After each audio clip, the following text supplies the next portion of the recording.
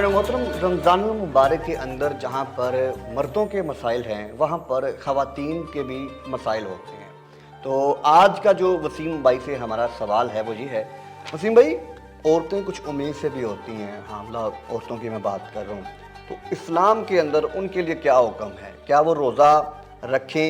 अगर तबीयत थोड़ी सी आपको पता इसमें डिस्टर्ब भी होती है तो उसके दौरान रोज़ा अगर छोड़ देती हैं तो इस्लाम क्या कहता है? क्या ये कफ़ारे के अंदर खिलाया जाएगा या कज़ा के अंदर खिलाया जाएगा? अच्छा, इसमें बड़ा अहम सवाल आपने पूछा।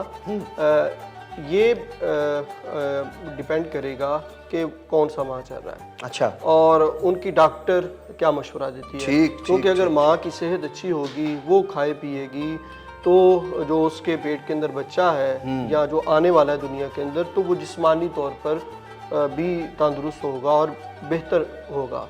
तो अगर तो जो है वो माँ के लिए मुश्किल है, यानी कि वो खाए पिए बगैर, अगर वो खाना नहीं खाती या कुछ लेती नहीं, और डॉक्टर ने भी ये कहा हुआ है कि उसने कुछ ना कुछ खाते रहना है ताकि वो खून की जो कमी होती है इस बच्चे के अंदर और माँ के अंदर दोनों का जो है ना सिस्टम बरकरार रहे। तो अगर डॉक्टर ने मना किया हुआ है कि आपने रोज़ा नहीं रखना, तो फिर उसको चाहिए कि वो रोज़ा ना रखे। और अगर डॉक्टर समझती है कि इस खातून की सेहत बेहतर है और खून की वाफर मिकदार मौजूद है, तो अगर वो रोज़ा रख भी लेगी तो कोई ख़ास फ़र्क नहीं पड़ेगा। तो फिर अगर वो उसको रोज़ा ज़रूर फिर रखना चाहिए।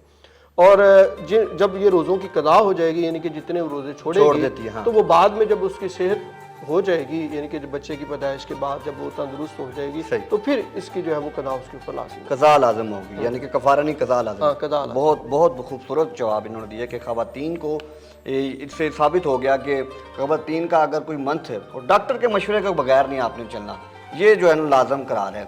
अच्छा वसीम भाई, अब इसके ऊपर मर्दों का भी एक मसाइल दरपेश है कि अगर वो हजामा करवाने के लिए जाते हैं तो रोज़े की हालत में फिर क्या हुक्म है? इस्लाम क्या कहता है इसके ऊपर? अच्छा, हजामा करवाने में तो कोई मसला नहीं, हजामा करवा सकते हैं। लेकिन हजामा जब होता है तो उसमें फिर खून, क्योंकि वो निकालते हैं जिस्म के मुख्तलिफ हिस्सों से, तो जब खून निकलता है तो जिस्म के अंदर एक नकाहत, कमज़ोरी, वीकनेस फील होती है। ऐसे ही है। तो जब वीकनेस फील होगी तो फिर उसका रोज़े के अंदर अगर उसने इबादत करनी है, नमाज पढ़नी है, कुरान पढ़ना है या दीगर मामला, वो डिस्टर्ब होंगे। तो कराना तो जायज़ है, लेकिन चूँकि उससे फिर जिस्म में कमज़ोरी लाहिक हो जाती है, जिस्म में कमज़ोरी आ जाती है, तो उलमाए किराम ने इसको मकरूह कहा है। अच्छा, कि आप ना करवाएं तो ज़्यादा बेहतर है रोज़े की हालत में।